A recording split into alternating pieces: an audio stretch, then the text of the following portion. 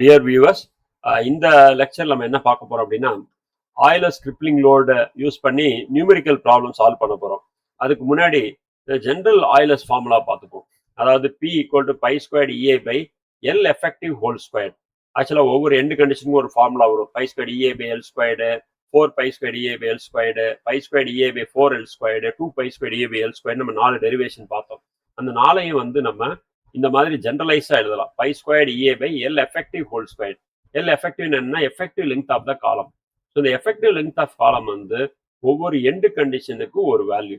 இப்போ 2 எண்டு ஹிஞ்சிடா இருந்தால் எஃபெக்டிவ் லெங்த்தும் கொடுத்துருக்க லெங்த்தும் ஒன்று தான். L effective equal to L.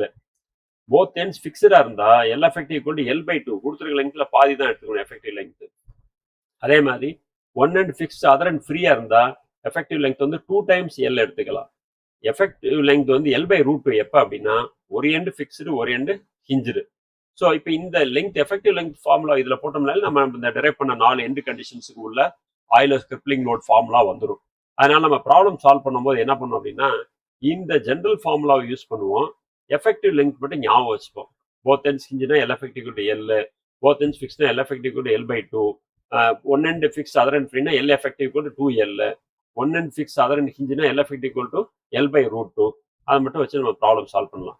So இப்போ ஒரு ப்ராப்ளம் எடுத்துப்போம். ஒரு steel rod 5 metres long, 40 mm diameter இருக்கு. அதை காலமாக யூஸ் பண்ணுறாங்க. One end fix other end free. Determine the crippling load using Euler's formula. So first எடுத்துன்னு முதல்ல ஃபார்முலாவை எழுதிருங்க.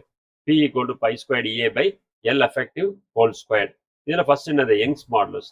யங்ஸ் மாடுலஸ் கொடுத்துருக்காங்க 200 GPAன்னு கொடுத்துருக்காங்க. எப்பயுமே ஜின்னு கொடுத்தா G ஸ்டாண்ட்ஸ் ஃபார் 10 பவர் 9. இதே MPN கொடுக்குறாங்க. So M stands for 10 power 6. KPN கொடுத்தா K stands for 10 power 3. So E equal 200 GPAனா 200 into 10 power 9 pascal. Pascal newton per metre square. இப்போ 210 power newton per metre square இருக்கும். ஆனால் நமக்கு வந்து எப்பயுமே நியூட்டன் பர் மில்லிமீட்டர் ஸ்கொயர்ல வேணும். அப்போ அந்த மீட்டர் ஸ்கொயர் எங்க இருக்கு? டினாமினேட்டர்ல இருக்கு. அப்போ டிவைட் பண்ணும். நியூமினேட்டர்ல இருந்தால் மல்டிப்ளை பண்ணும். டினாமினேட்டர்னால டிவைட் பண்றோம். எவ்வளவு டிவைட் பண்றோம்? 1 மீட்டர் வந்து 1000 மில்லிமீட்டர். அப்போ 1000 ஸ்கொயர்டால டிவைட் பண்ணோம்னா நமக்கு வந்து யங்ஸ் மாடுலஸ் தெரிஞ்சது 2 × 10⁵ நியூட்டன் பர் மில்லிமீட்டர் ஸ்கொயர். இப்போ with respect to Euler's, we know that Euler's crippling load is pi squared P equal to pi squared EA by L effective whole squared. So E value கண்டுபிடிச்சிட்டோம். I moment of inertia. Moment of inertia வந்து இது என்ன? Circular rod. So சர்க்கிளுக்குள்ள moment of inertia formula வந்து pi d power 4 by 64. So pi into 40 power 4 by 64 இவ்வளவு millimetre power 4.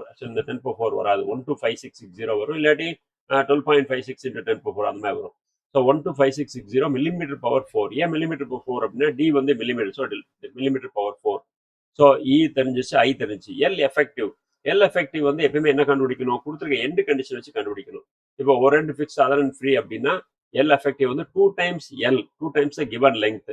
அப்போ L effective 2 × L, 2 × 5 போட்டிங்கன்னா 10 metre. அப்போ 10,000 millimetre.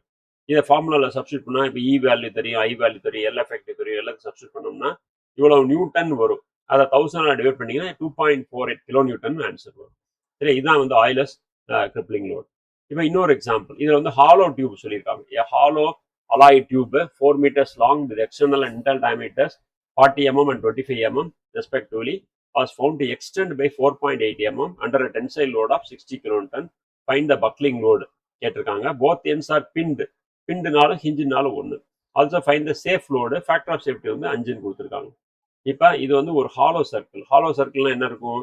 Outer diameter, inner diameter இருக்கும். So outer diameter 40 mm, inner diameter 25 mm. இது வந்து end condition வந்து both ends pinned or hinged. மேலே formula எழுதுவோம். P equal to pi squared EA by L effective whole square. இதில் போன ப்ராப்ளத்தில் Young's modulus கொடுத்துருந்தாங்க. இதில் யங்ஸ் மாடுலஸ் கொடுக்கல. அதுக்கு மேலே அடிஷனல் டேட்டா கொடுத்துருக்காங்க. என்ன டேட்டா அப்படின்னா ஒரு ராடு காலமாக யூஸ் பண்ணுறோம் அலாய் டியூப். அது லோடு வந்து 60 kilonewton, எக்ஸ்டென்ஷன் கொடுத்துருக்காங்க 4.8 mm எக்ஸ்டெண்ட் ஆகுது. இதை வச்சு யங்ஸ் மாடுலஸ் கண்டுபிடிச்சிடலாம். எப்படின்னா யங்ஸ் மாடுலஸ் ஃபார்முலானா PL by A delta L formula இருக்கு. ஸோ Pன்றது applied load 60 kilonewton. So 60 × 10⁻³ newton. நியூட்டன்ல வச்சுக்கிறோம். L 4 meters. அப்போ 4 × 1000 4000 mm வச்சுக்கிறோம். ஏரியா ஆஃப் ஹாலோ சர்க்கிள் என்ன?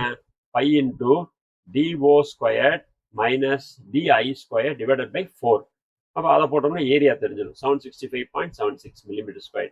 தென் டெல்டா எல். டெல்டா எல் வந்து எக்ஸ்டென்ஷன் 4.8 mm கொடுத்துருக்காங்க ப்ராப்ளத்தில். சப்ஸ்டியூட் பண்ணிங்கன்னா யங்ஸ் மாடுலஸ் தெரிஞ்சது. ஸோ 0.65 × 10⁻⁵ யூனிட் எழுதணும். யூனிட் இல்லாமல் இந்த மாதிரி எழுதக்கூடாது. ஸோ யங்ஸ் மாடுலஸ் யூனிட் வந்து நியூட்டன் பெர் மில்லிமீட்டர் ஸ்கொயர்டு. அடுத்து moment of inertia I. Moment of inertia I வந்து ஹாலோ சர்க்கிளுக்கு வந்து pi into outer diameter power 4 minus inner diameter power 4 divide by 64.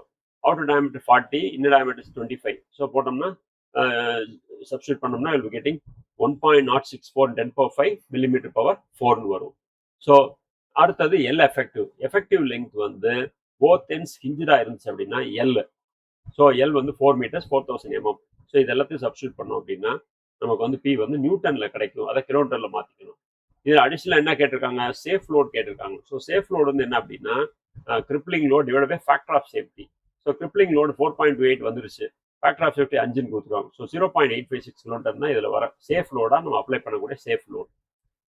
So dear viewers, thank you for your patient listening.